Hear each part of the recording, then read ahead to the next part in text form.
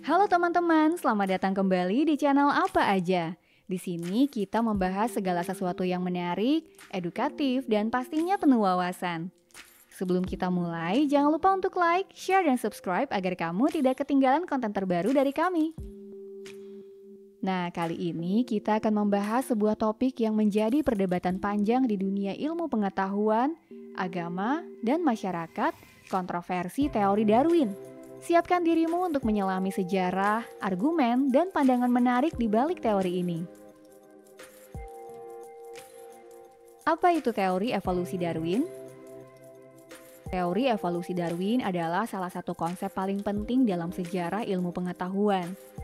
Charles Darwin pertama kali mempublikasikan gagasannya pada tahun 1859 dalam buku yang berjudul On the Origin of Species.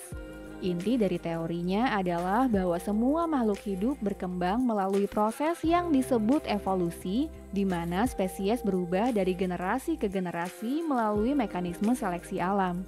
Menurut teori ini, individu yang memiliki ciri-ciri yang lebih cocok dengan lingkungannya akan lebih mungkin bertahan hidup dan berkembang biak.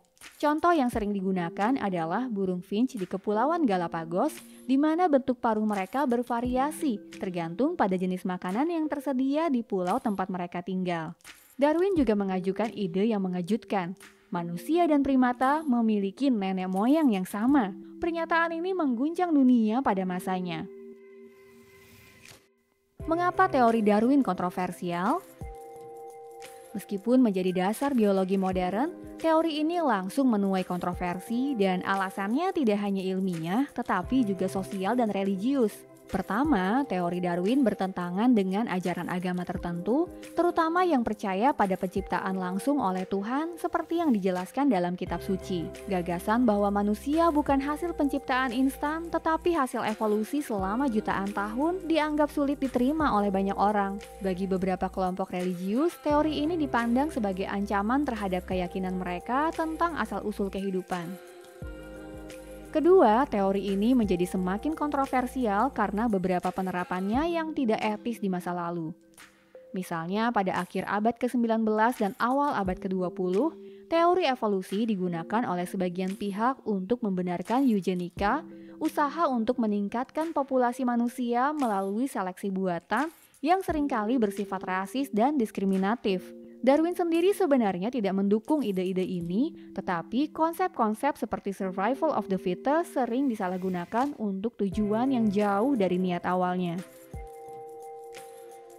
Perkembangan ilmiah dan kritik modern. Seiring berjalannya waktu, banyak bukti ilmiah yang mendukung teori Darwin ditemukan. Dari fosil yang menunjukkan perubahan spesies secara bertahap, hingga studi genetika modern yang mengungkapkan pola evolusi dalam DNA, teori ini menjadi dasar untuk memahami biologi kehidupan. Namun, teori Darwin bukan tanpa kritik. Dalam dunia sains, kritik terhadap teori ini muncul dari dalam, seringkali untuk memperbarui atau memperbaiki konsep yang sudah ada. Salah satu kritik utama adalah bahwa teori Darwin asli tidak sepenuhnya menjelaskan evolusi cepat yang terjadi dalam beberapa spesies. Di era modern, teori evolusi telah berkembang dengan tambahan konsep seperti genetika populasi, evolusi molekuler, dan epigenetik. Di sisi lain, kritik juga datang dari gerakan penciptaanisme dan desain cerdas yang berpendapat bahwa kompleksitas kehidupan tidak mungkin terjadi hanya melalui proses alami seperti seleksi alam. Mereka mengajukan gagasan bahwa ada perancang yang cerdas di balik keberadaan makhluk hidup. Debat antara evolusi dan penciptaanisme ini terus berlangsung hingga hari ini, terutama di beberapa negara seperti Amerika Serikat. Apa yang bisa kita pelajari dari kontroversi ini?